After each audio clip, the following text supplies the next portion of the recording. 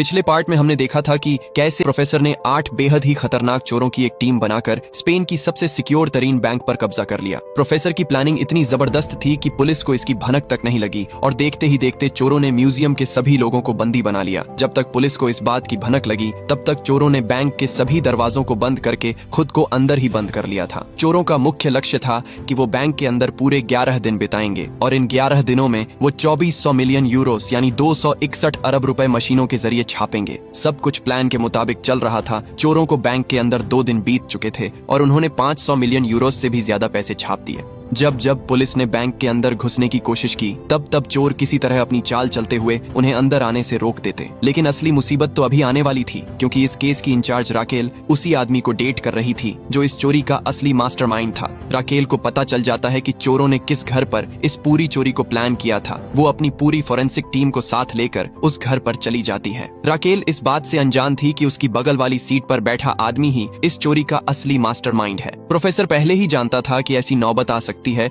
कि जब पुलिस इस जगह पर पहुंच जाएगी, इसलिए उसने पहले ही यहाँ पर आकर वो सारे सबूत मिटा दिए और पुलिस को भटकाने के लिए गलत सबूत छोड़ दिए ताकि इन्हें बैंक के अंदर पैसे छापने का ज्यादा से ज्यादा समय मिल सके। बैंक के अंदर सभी चोर काफी परेशान थे, क्योंकि रूल्स के मुताबिक हर 6 घंटे में प्रोफेसर का एक कॉल आना लाजमी था। लेकिन 18 घंटे बीत चुके हैं और अब तक प्रोफेसर का कोई भी कॉल नहीं आया। और अगर 24 घंटों के अंदर प्रोफेसर संपर्क में नहीं आते तो चोरों को प्रोफेसर के बिना ही अगला प्लान शुरू करना होगा और उस प्लान के बारे में सिर्फ बर्लिन ही जानता था। दूसरी तरफ छानबीन के दौरान पुलिस के हाथ एक बहुत ही पुख्ता सबूत लग जाता है। राकेल का एक्स हस्बैंड उसे अपने साथ लेकर लैब की तरफ जाने वाला था। प्रोफेसर को भी शहर जाना था, इसलिए वो भी उसके साथ जाने का फैसला करता है। वही म्यूजियम के अंदर सभी चोरों को लग रहा था कि प्रोफेसर को पुलिस ने पकड़ लिया है, इसलिए उन्हें अपना अगला प्लान शुरू करना चाहिए। लेकिन बर्लिन इसके लिए तैयार नहीं था। हेलसिंकी भी अपने भाई ओस्लो को मार देता है, क्योंकि वैसे भी ओस्लो अब जिंदा लाश बन चुका था। अब टोक्यो, रियो और डेनवर के साथ मिलकर बर्लिन को बंदी बना लेती है, क्योंकि वो एक उम्मीद के दम पर अपनी जान दांव पर नहीं लगाना चाहते थे। वहीं दूसरी तरफ गाड़ी के अंदर प्रोफेसर ऑफिसर से ऊंट पटांग बातें करके उसे लड़ने के लिए उकसाता आता है और लड़ाई के दौरान प्रोफेसर उसे बहुत ही बुरी तरह मारकर बेहोश कर देता है। इसके बाद प्रोफेसर उन सबूतों को नकली सबूत में बदल देता है। जब तक ऑफिसर को होश आया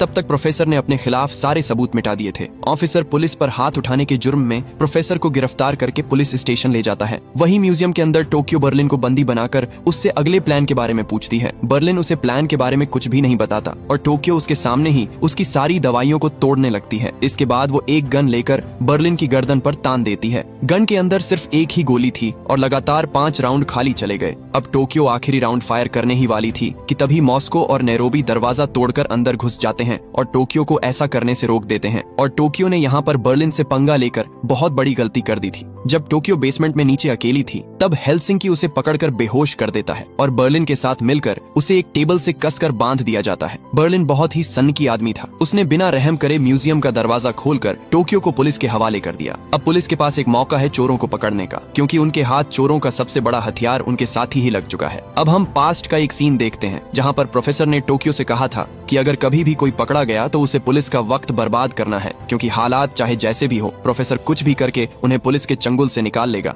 म्यूजियम के अंदर रियो टोक्यो के पकड़े जाने से बहुत दुखी था, इसलिए वो फैसला करता है कि वो भी अब पुलिस के आगे सरेंडर कर देगा।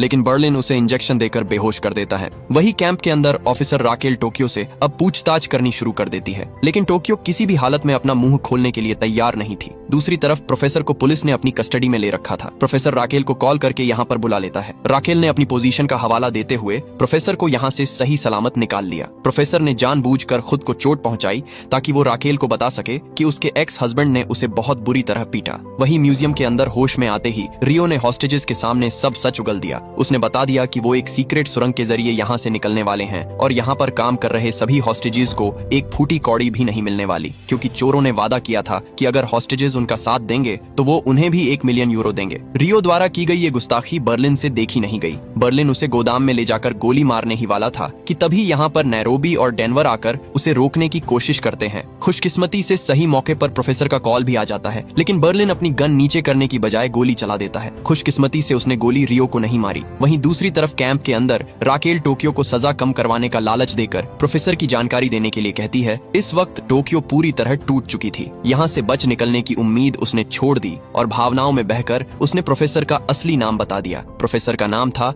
सेर्जियो मार्कीना। ठीक उसी वक्त प्रोफेसर का कॉल भी आ जाता है। जब राकेल उसे उसके असली नाम से बुलाती है तो प्रोफेसर समझ जाता है कि टोक्यो ने अपना मुंह खोलना शुरू कर दिया। प्रोफेसर टोक्यो से अपनी भाषा में बात करता है। मैं किस्मत वाला हूँ, ये कभी मत भूलना। और टोक्यो समझ जाती है कि अब उसे क्या करना है। म्यूजियम के अंदर बर्लिन जब प्रोफेसर से बात कर रहा था तभी नैरोबी पीछे से उसके सर पर जोर से मारकर बर्लिन को बेहोश कर देती है और सारी कमान अपने हाथ में लेकर प्रोफेसर से बात करती है। नैरोबी बताती है कि उनका एक साथी ओस्लो अब उनके बीच नहीं रहा। प्रोफेसर ओस्लो की मौत से काफी दुखी होता है। प्रोफेसर अब काफी परेशान हो चुका है क्योंकि उसके सर पर मुसीबत का पहाड़ जो टूट गया, सबसे पहले उसे टोक्यो को पुलिस से बचाना था। उसके बाद एंजल को भी ठिकाने लगाना है क्योंकि वो किसी भी वक्त कोमा से बाहर आकर प्रोफेसर की सच्चाई सबको बता सकता है। इतनी टेंशन होने के बावजूद भी प्रोफेसर सबसे पहले राकेल के घर पर डिनर के लिए जाने वाला था। वहीं म्यूजियम के अंदर रियो को भी अब हॉस्टेजेस के साथ बंद कर दिया जाता है। रियो अब चोरों का साथ छोड़कर हॉस्टेजेस के साथ मिल जाता है और सभी प्लान बनाते हैं कि वो डेनवर की गन के साथ नकली गन को बदलकर यहाँ से बाहर भाग जाएंगे। अब अगले दिन प्रोफेसर सबसे पहले नैरोबी को कॉल करके उन 11 हॉस्टेजेस को छोड़ने के लिए कहता है जिन्हें बेसमेंट में बंदी बना रखा था। इसके तुरंत बाद प्रोफेसर राकेल को कॉल करके एक रिपोर्टर को अंदर भेजने की मांग करता है। प्रोफेसर चाहता था कि अपना दर्द दिखाकर वो लोगों का पॉजिटिव सपोर्ट हासिल कर ले। वहीं दूसरी तरफ डेनवर जब मोनिका की मरहम पट्टी कर रहा था तभी मोनिका उसकी असली गन से नकली को बदल देती है। हालांकि मोनिका ऐसा करना नहीं चाहती थी क्योंकि डेनवर और मोनिका दोनों ही एक दूसरे को प्यार करने लगे थे। अब तक रिपोर्टर को भी अंदर भेज दिया जाता है और इंटरव्यू बर्लिन देने वाला था। बर्लिन लाइव टीवी पर टोटल 11 हॉस्टेजेस को आजाद कर देता है। इसके बाद बर्लिन ओस्लो की लाश को भी टीवी पर दिखाता है और अपना दर्द बयान करते हुए सभी को दिखाता है कि वह भी दूसरों की तरह आम लोग ही हैं। बर्लिन भावनाओं में इतना बह गया कि उसने लोगों की नजरों में चोरों का रुतबा बढ़ा दिया। दूसरी तरफ राकेल ने प्रोफेसर को पकड़ने के लिए एक जाल बिछाया था। उसने जानबूझकर एंजल के कोमा से बाहर आने की झूठी खबर को फैला दिया। वो जानती थी कि प्रोफेसर इस खबर को सुनते ही अपना भांडा फूटने से बचाने के लिए एंजल को मारने के लिए अस्पताल जरूर आएगा। प्रोफेसर बर्लिन से कॉल करके इसके बारे में बात करता है। बर्लिन जानता था कि प्रोफेसर को पकड़ने के लिए पुलिस ने जानबूझकर ये खबर फैलाई है। वो पहले खबर फैलाएंगे कि शिकार जाग गया है और फिर वहाँ जाते ही आप उनके जाल में फंस जाएंगे। पुरानी फिल्मी ट्रिक है। लेकिन प्रोफेसर रिस्क लेने के लिए तैयार नहीं थे, इसीलिए वो हॉस्पिटल के अंदर घुसने की एक शानदार योजना बनाते हैं। अस्पताल के अंदर डॉक्टर से लेकर पेशेंट तक सभी लोग पुलिस के आदमी थे। प्रोफेसर सबसे पहले बहुत सारे जोकर्स को अस्पताल के अंदर भेजता है। जब पुलिस उन्हें निकालने में व्यस्त हुई तभी प्रोफेसर चुपके से अंदर घुस जाता है और एक बच्चे को डॉल पकड़ाकर एंजल के रूम में भेज देता है। खुशकिस्मती से वहाँ पर एंजल मौजूद ही नहीं था और ये सब पुलिस का बिछाया हुआ बस एक जाल था। प्रोफेसर डॉल की आंख में लगे कैमरा के जरिए ये सब देख रहा था। इसके बाद प्रोफेसर 4 बेहद ही खतरनाक लोगों की एक टीम को हाई कोर्ट जा रही पुलिस वैन को घेरने के लिए कहता है क्योंकि उसी वैन के अंदर टोक्यो को ले जाया जा रहा था। वही म्यूजियम के अंदर नैरोबी और बर्लिन रियो को बता देते हैं कि प्रोफेसर टोक्यो को पुलिस के चंगुल से बचा लेंगे। इसलिए रियो सभी को बता देता है कि हॉस्टेजेस भागने वाले हैं। वो जल्दी से अपने डिवाइस के जरिए दरवाजे के सिस्टम को हैक कर लेता है। नीचे सभी के जाते ही आर्टूरो डेनवर को बंदूक की नोक पर लेकर दरवाजा खोलने के लिए कहता है। जब मोनिका ने दरवाजा खोलने की कोशिश की तो वो खुला ही नहीं। इतने में ही सभी लोग यहाँ पर इकट्ठा हो जाते हैं। घंटा कोई दरवाजा नहीं खुलेगा। और आर्टूरो डेनवर को मारने ही वाला था। तभी पीछे से मोनिका उसके सर पर जोर से मारती है क्योंकि मोनिका डेनवर से प्यार करती थी, इसलिए वो उसे मारने नहीं देना चाहती। वही राकेल प्रोफेसर से मिलने कैफे में आई थी। यहाँ पर प्रोफेसर उसे कुछ तस्वीरें दिखाता है जहाँ पर वो घूमने जाने वाले थे। इसी बीच राकेल की नजर प्रोफेसर के कपड़े पर लगे लाल बाल पर पड़ जाती है। उसे देखते ही राकेल समझ जाती है कि प्रोफेसर और कोई नहीं बल्कि उसके सामने बैठा आदमी ही प्रोफेसर है, क्योंकि अस्पताल के अंदर जिस आदमी ने बच्चे को डॉल पकड़ाई थी उसने भी लाल कलर की बिग पहन रखी थी और प्रोफेसर ने पीछे कई ऐसे सबूत भी छोड़े थे जो राकेल को उस पर शक करने के लिए मजबूर कर रहे थे। राकेल उसे बाथरूम में बुलाने के बहाने हथकड़ी पहना देती है। वहीं म्यूजियम के अंदर हेलसिंकी बहुत गुस्से में था क्योंकि वो पिछले 5 दिनों में सिर्फ 4 घंटे ही सोया था। इसलिए वो गुस्से में आर्टूरो को अपने साथ ले जाकर उसे एक चलता फिरता बॉम्ब बना देता है। इस वक्त आर्टूरो का चेहरा देखने लायक था क्योंकि वो कुछ ज्यादा ही स्मार्ट बनने की कोशिश कर रहा था। मोनिका ने भी सबके सामने चोरों का साथ दिया था, इसलिए अब वो भी एक चोर बन चुकी है। इसी दौरान नैरोबी अब इन सबसे तंग आ चुकी थी, इसीलिए वो बर्लिन को वापस से लीडरशिप दे देती है।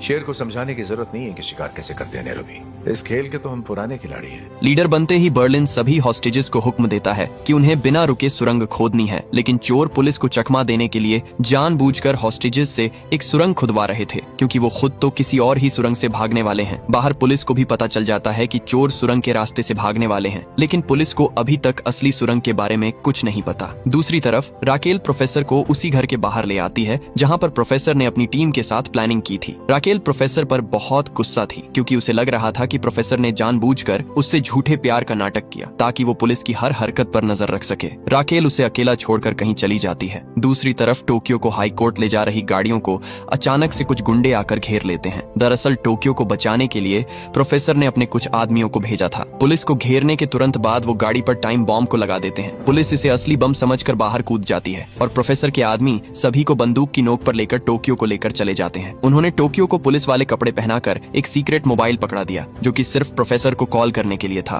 टोक्यो एक बाइक पर सवार होकर शहर की तरफ निकल पड़ती है। टोक्यो बार बार प्रोफेसर को कॉल करने की कोशिश कर रही थी, लेकिन प्रोफेसर इस वक्त राकेल की कैद में बंधा हुआ था। राकेल कुछ सवाल जवाब पूछने के लिए प्रोफेसर की हथकड़ियां खोल देती है। इसी मौके का फायदा उठाते हुए प्रोफेसर ना चाहते हुए भी अपनी फाइटिंग स्किल्स का इस्तेमाल करते हुए राकेल को बेहोश कर देता है। इसके बाद वो राकेल की गाड़ी लेकर यहाँ से भाग जाता है। दूसरी तरफ शहर की सारी पुलिस टोक्यो को हर तरफ ढूंढने में लगी हुई थी, इसलिए टोक्यो का ज्यादा देर बाहर रुकना खतरे से खाली नहीं था। टोक्यो उसी फोन से एलिसन पार्कर के फोन पर कॉल करती है और म्यूजियम के अंदर से फोन रियो उठा लेता है। पुलिस भी उनके बीच हो रही सभी बातों को सुन रही थी, इसलिए टोक्यो अपनी भाषा में रियो को समझाती है कि वो म्यूजियम का दरवाजा खोल दे, क्योंकि टोक्यो सीधा उसी से अंदर घुसने वाली है। म्यूजियम के बाहर पहुंचते ही पुलिस समझ जाती है कि बाइक पर सवार लड़की ही टोक्यो है, इसलिए वो उस पर फायर करना शुरू कर देते हैं। म्यूजियम का दरवाजा खोलकर बाकी साथी भी टोक्यो को कवर फायर देते हुए किसी तरह बैंक के अंदर सुरक्षित ले आते हैं, लेकिन इस दौरान चोरों के एक साथी मॉस्को यानी डेनवर के पिता को गोलीबारी के दौरान गंभीर चोट लग गई। पेट में गोली लगने की वजह से मॉस्को की हालत बहुत खराब हो गई। ऐसे हालातों में भी प्रोफेसर ने सभी को मेडिकल ट्रीटमेंट देने की ट्रेनिंग दे रखी थी, लेकिन इस बार हालत बहुत गंभीर थी और डॉक्टर के बिना मॉस्को का बचना नामुमकिन था। बर्लिन बिना प्रोफेसर का इंतजार करे सीधा पुलिस को कॉल करके डॉक्टर को अंदर भेजने की मांग करता है, लेकिन इस बार पुलिस ने चोरों की बात मानने से साफ इनकार कर दिया। अब तक प्रोफेसर भी अपने अड्डे पर पहुंच चुका था। वो बर्लिन को जल्द से जल्द सारे काम निपटाने के लिए कहता है, क्योंकि अब पुलिस को प्रोफेसर के बारे में पता चल चुका है,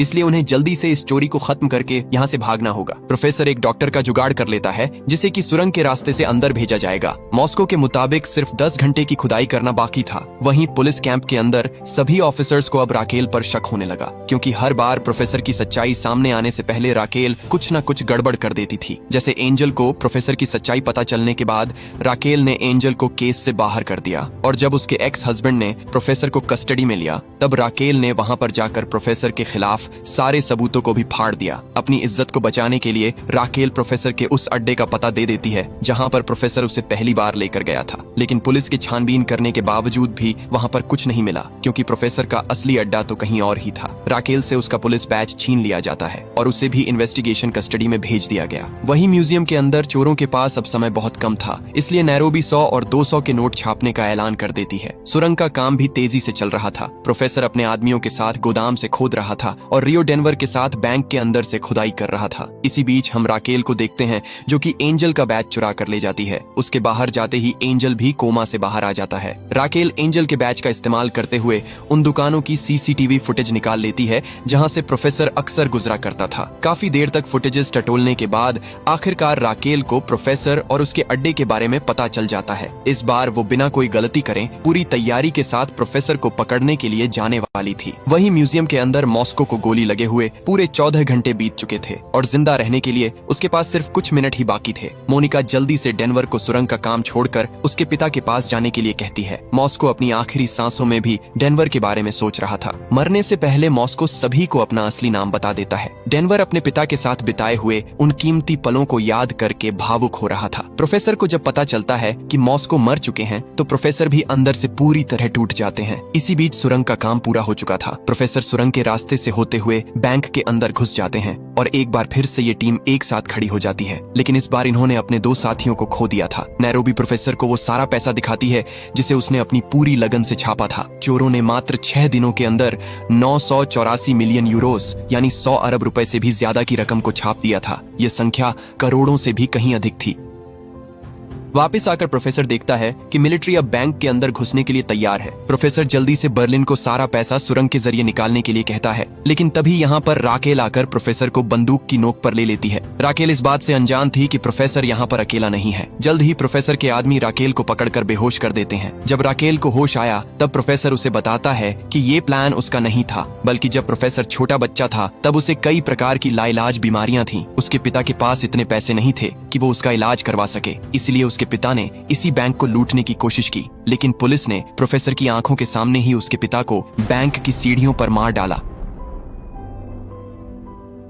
और तभी से प्रोफेसर ने कसम ली थी कि वो इस बैंक को लूट कर ही अपना बदला लेगा। इसीलिए प्रोफेसर ने इस चोरी को अंजाम देने के लिए पूरे 20 साल का इंतजार किया। बातों के दौरान राकेल के मोबाइल पर एंजल का कॉल आता है। कोमा से बाहर आने के बाद एंजल ने सबसे पहले राकेल को ही कॉल किया था। एंजल राकेल को अस्पताल आने के लिए कहता है क्योंकि वो उसे प्रोफेसर की सच्चाई बताना चाहता था, और अगर राकेल नहीं गई तो एंजल सारी जानकारी सीधा कंट्रोल यूनिट को दे देगा। इसलिए प्रोफेसर राकेल पर भरोसा करके उसे जाने देता है। पुलिस भी एंजल का फोन ट्रेस कर रही थी और उसे पता चल जाता है कि एंजल होश में आ चुका है। दूसरी तरफ म्यूजियम के अंदर चोरों ने अभी भी कुछ हॉस्टेजेस को नकली सुरंग खोदने के काम पर लगा रखा था और पुलिस को अभी भी लग रहा था कि चोर इसी सुरंग से भागने वाले हैं। इसीलिए वो पहले ही अपने सिपाहियों को सीवर पाइप में तैनात कर देती है। वही राकेल हॉस्पिटल में एंजेल के पास पहुंच चुकी थी। राकेल कहती है कि वो अब हार चुके हैं, इसलिए एंजेल को भी अपना मुंह बंद रखना होगा। इसी दौरान यहाँ पर पुलिस भी आ जाती है और वो राकेल को गद्दार बताकर गिरफ्तार करके यहाँ से ले जाती है। इसके बाद में पुलिस एंजेल से प्रोफेसर के अड्डे के बारे में पूछता है, लेकिन एंजेल राकेल का पक्का दोस्त था, इसलिए वो जानबूझकर भूलने का नाटक करता है और प्रोफेसर के बारे में पुलिस को कुछ नहीं बताता। वही म्यूजियम के अंदर टोक्यो जब दीवारों पर स्टिकी बॉम्ब्स लगा रही थी, तभी अचानक से एक बहुत बड़ा धमाका हो जाता है। हथियारों और आर्मर से लैस मिलिट्री की एक टुकड़ी उस छेद से अंदर घुस जाती है। टोक्यो और रियो अपनी पूरी ताकत लगाकर उन्हें रोकने की कोशिश करते हैं, लेकिन इसी दौरान टोक्यो को लगातार बहुत सारी गोलियां लग जाती हैं।